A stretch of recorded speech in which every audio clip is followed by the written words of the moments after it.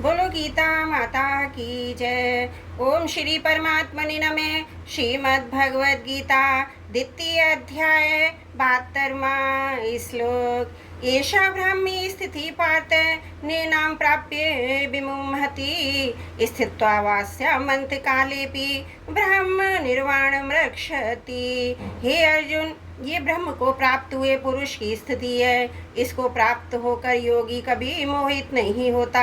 अंत काल में भी इस ब्राह्मी स्थिति में स्थित होकर ब्रह्मानंद को प्राप्त हो जाता है। ये ब्राह्मी स्थिति है, अर्थात ब्रह्म को प्राप्त हुए मनुष्य की स्थिति है। अहंकार होने से जब व्यक्तित्व मिट जाता है तब उसकी स्थिति स्वतः ही ब्रह्म में होती है। कारण कि संसार के साथ संबंध रखने से ही व्यक्तित्व था, उस संबंध को सर्वदा छोड़ देंगे तो योगी अपनी कोई व्यक्तित्व स्थिति नहीं रखेगा। अत्यंत नजदीक का वाचक होने से यहाँ ईशा पद पूर्व श्लोक में आए विहान का मान निष्प्रह निर्ममय निरहंकार है से लिया है। भगवान के मुख से तेरी बुद्धि जब मोह कलिल और श्रुति विप्रतिपत्ति से तर जाएगी तब तू योग को प्राप्त हो जाएगा। ऐसा सुनकर अर्जुन के मन में ये जिज्ञासा हुई कि इस अर्जुन ने स्थित प्रज्ञ के विषय में 4 प्रश्न किए। उन चारों प्रश्नों का उत्तर देकर भगवान ने यहाँ यह स्थिति बताई कि ब्राह्मी स्थिति है, तात्पर्य है व्यक्तिगत स्थिति नहीं है, अर्थात उसमें व्यक्तित्व नहीं रहता। ये नित्य योग की प्राप्ति है, उसमें एक ही तत्व रहता है। इस विषय की तरफ लक्ष्य कराने के लिए ही यहाँ पार्थ संबोधन किया गया है। नैनाम प्राप विमुहति, जब तक शरीर में अहंकार रहता है तभी तक मोहित होने की संभावना रहती है, परंतु जब अहंकार का सर्वदा अभाव होकर ब्रह्म में अपनी स्थिति का अनुभव हो जाता है तब व्यक्तित्व टूटने के कारण भी कभी मोहित होने की संभावना नहीं रहती। सत और असत को ठीक तरह से ना जानना ही मोह है। तात्पर्य है कि स्वयं सत्य होते हुए भी असत के साथ अपनी एकता मानते रहना है। जब साधक असत को ठीक तरह से जान लेता है तब असत से उसका संबंध विच्छेद हो जाता है। सत्य में अपनी वास्तविक स्थिति का अनुभव हो जाता है। इस स्थिति का अनुभव होने पर फिर कभी मोह नहीं होता है। स्थितोऽवसावन्त कालेऽपि ब्रह्म निर्वाणं रक्षति, यह मनुष्य शरीर केवल परमात्मा प्राप्ति के लिए ही मिला है।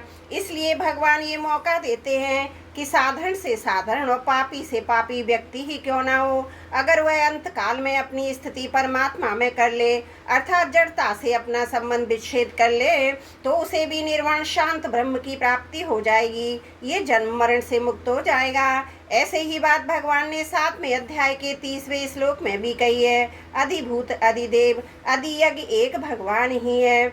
ऐसा प्रयाण काल में भी मेरे को जो जान लेते हैं वे मेरे को यथार्थ रूप से जान लेते हैं, अर्थात मेरे को प्राप्त हो जाते हैं।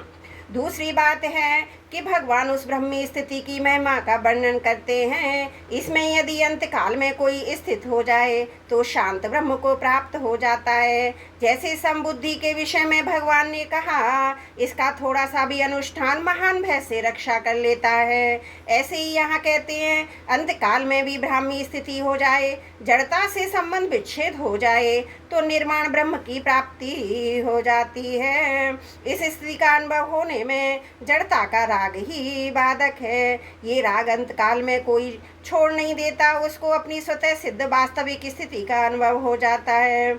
और शंका हो सकती कि जो मनुष्य उम्र भर नहीं हुआ वह अंत काल में कैसे होगा, अर्थात स्वस्थ अवस्था में तो साधक की बुद्धि स्वस्थ होगी, विचार शक्ति होगी, सावधानी होगी, ब्राह्मी स्थिति का अनुभव होगा, परंतु अंतकाल में प्राण छूटते समय बुद्धि विफल हो जाती है, सावधानी नहीं रहती। ऐसी अवस्था में ब्राह्मी स्थिति का अनुभव कैसे होगा? इसका समाधान यह है कि मृत्यु के समय में जब प्राण छूटते हैं तब शरीर आदि से स्वतः ही संबंध विच्छेद हो जाता है।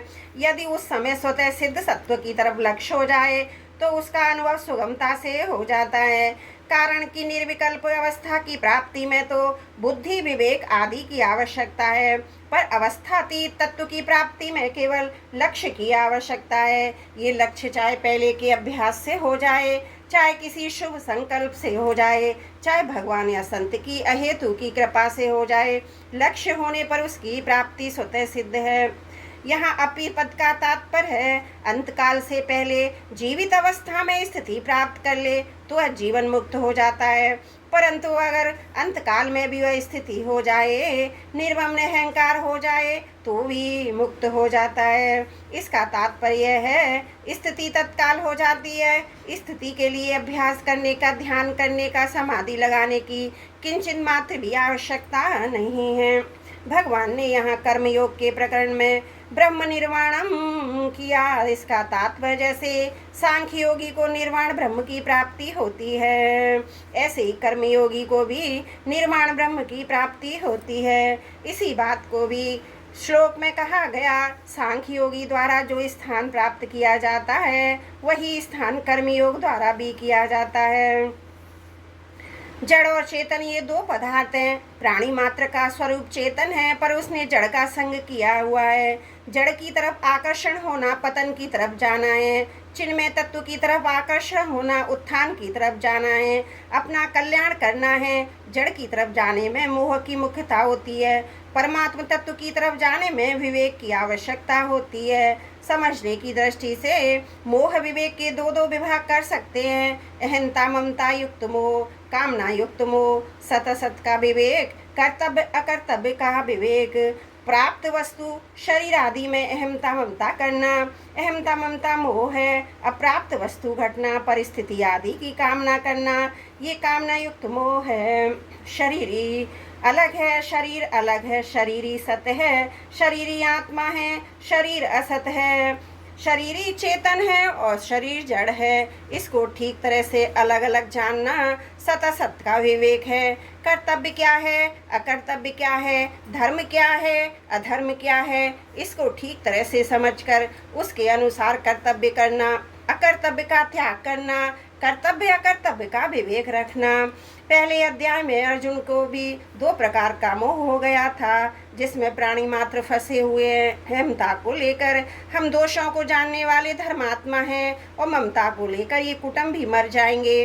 अहमता ममता युक्त मोह हुआ, हमें पाप ना लगे, कुल के नाश का दोष ना लगे, मित्र द्रोह का पाप ना लगे, नरकों में ना जाना पड़े, हमारे पितरों का पतन ना हो, ये कामना युक्त मोह हुआ। दोनों प्रकार के मोह को दूर करने के लिए भगवान ने दूसरे अध्याय में दो प्रकार का विवेक बताया, शरीरी शरीर का, सत असत का। विवेक के अध्याय में 11वें में 30वें श्लोक में कर्तव्य कर्तव्य का विवेक है।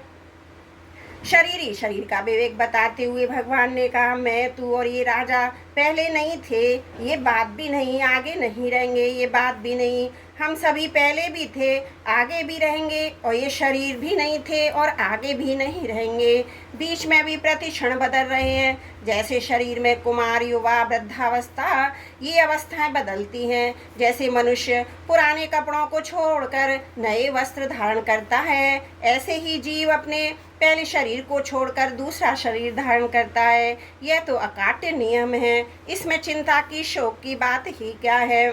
कर्तव्य अकर्तव्य का विवेक बताते हुए भगवान ने कहा, क्षत्रिय के लिए युद्ध में बढ़कर कोई धर्म नहीं। अनायास प्राप्त हुआ स्वर्ग प्राप्ति का खुला दरवाजा है। तू युद्ध रूप धर्म और पालन नहीं करेगा तो तुझे पाप लगेगा। यदि तू जय पराजय, लाभ हानि, सुख दुख को समान करके युद्ध करेगा तो तुझे पाप नहीं लगेगा।